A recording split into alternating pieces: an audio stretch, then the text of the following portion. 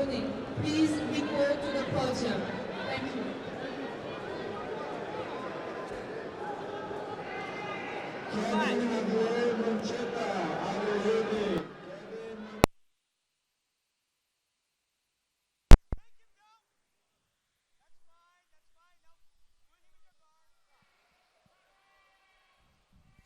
Absolute semi-final match here on mat number 10. We have Kaynan Duarte on top, representing Atos Jiu-Jitsu. On bottom, with the green and yellow belt, is Mason Fowler.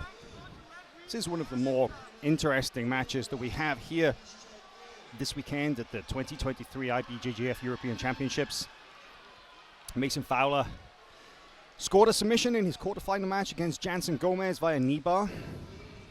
Kaynan Duarte, the same, was in his quarterfinal match, was able to score a submission by collar choke. So, two of the best known names in the black belt division. Great to see them both back in the gi. Great to see them here competing in the IBJJF circuit once again. And this is interesting to see that Mason electing to go to this half guard position. It's something that he does so well. He's got a great half guard game. Wrestles up really well from the half guard. Has a somewhat unorthodox approach to it also. We see here that he's kind of got like a reverse De La Riva, a little bit of a knee shield on top.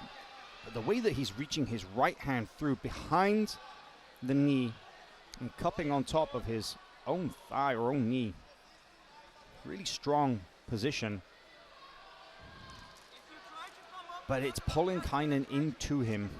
So it's important that he keeps the frame of the top knee between them, not to allow too much of an opening for Kaynan. But I'm just seeing now that Mason briefly had a lapel grip. And look at this, coming up high. Look at the strength of Kaynan Duarte and picking up.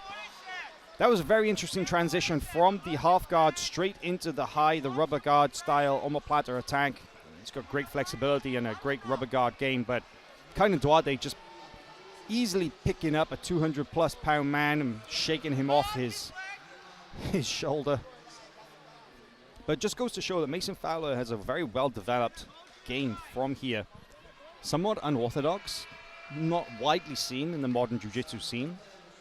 Very effective. He's very good at it.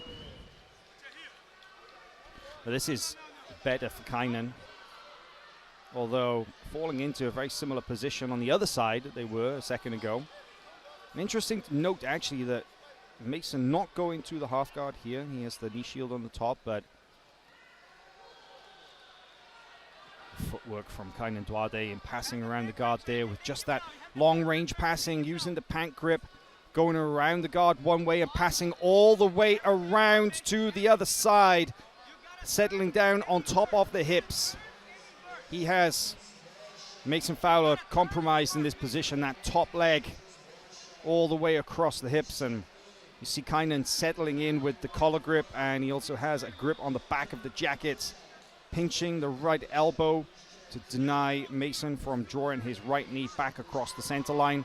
Mason trying to make some space. He's going to create back exposure here. And we see now that Kaynan has gone chest to back. No hooks in. Hard to see what grips he has on the gi right now. But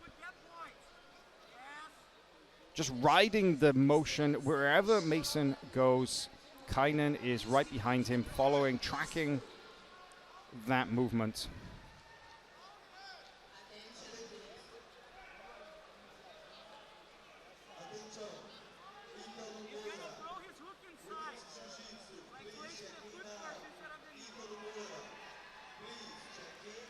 Rolling through. Hard to tell who initiated that roll. I think it was Kaynan who actually rolled first.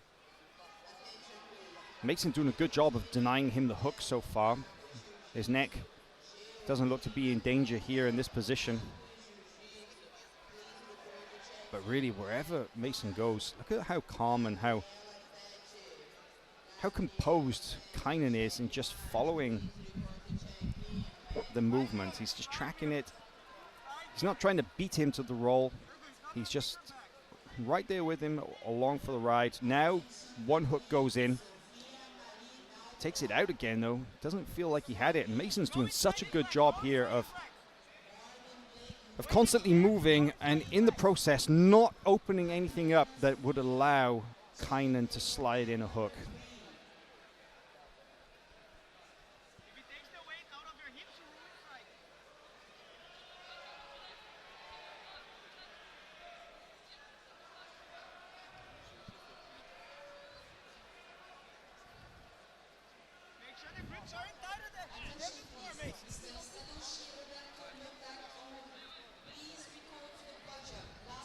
Riding this turtle position here, Kaynan Duarte has a collar grip, but it's underneath.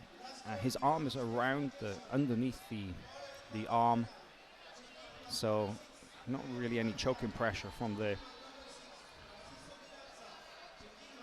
I mean, his last submission came just from a brutal face crank, so you have to think that Mason will be smart not to lift his head up too much in case that happens. But now you see Kaynan a little more insistent, driving the left hook in, but again taking it out, switching it, and using the hooks in the back of the thighs, and more interested in maintaining the chest to back control than he is in getting the hooks in too early. And I think that he wants to allow Mason plenty of time and opportunity to wear himself out before he starts aggressively trying to hunt for that position.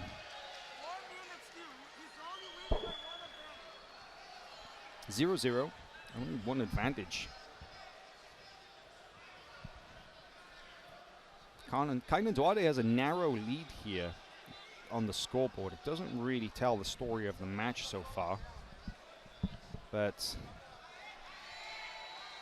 you have to say that he's been in pretty much complete control.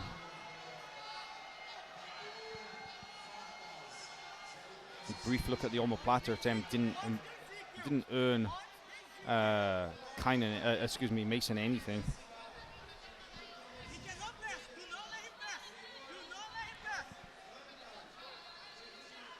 Again, just wherever Mason goes, Kaynan is right there along for the ride.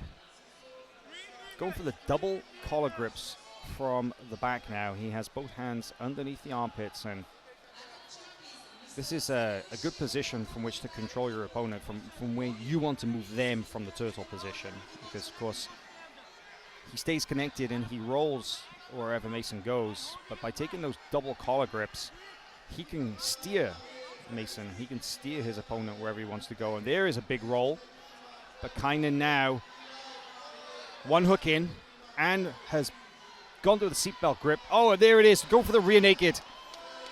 That looks very, very deep. He switched the grip, gets the finish with 2.5 minutes remaining in that match.